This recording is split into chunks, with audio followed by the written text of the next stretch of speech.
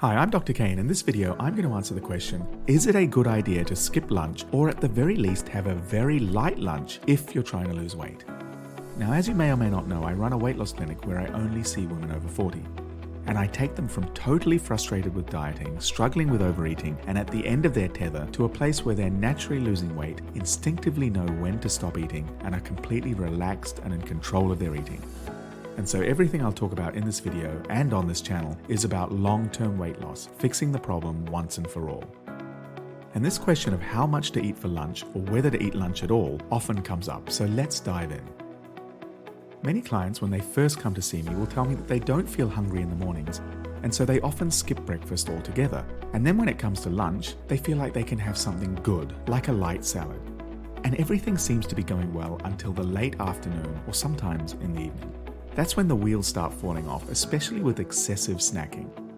And so the familiar refrain is, I'm so good during the day, but it all falls apart after 4 p.m. Why can't I just be good all day? I call this the saint by day, sinner by night eating rhythm. You're good during the day and bad later on. And this is interesting because it's all related to the question of meal rhythm, which is about when you eat and how much you eat at each time.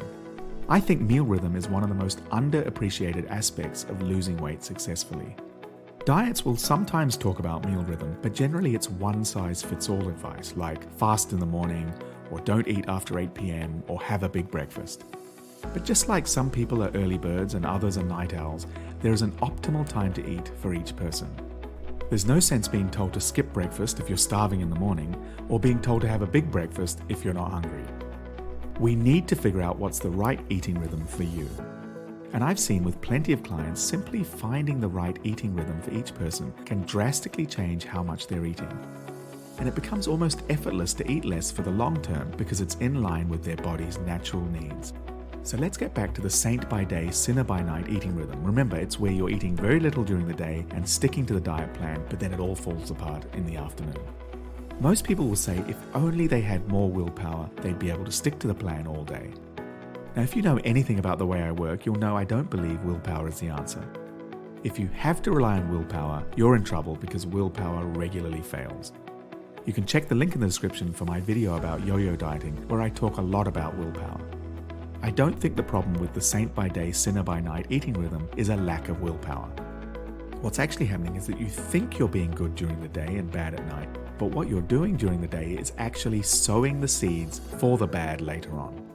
Let me explain. If you have a light lunch, which is supposed to be good, you may end up hungry at 4 p.m. And most people won't have another meal at 4 p.m. So you'll turn to snacks because you're really hungry. But the snacks will never give you the satisfaction that you would have received from the lunch meal. So you end up eating more snacks than needed. And this late afternoon snacking is interpreted as a failure of willpower, but it's simply a result of not eating enough for lunch.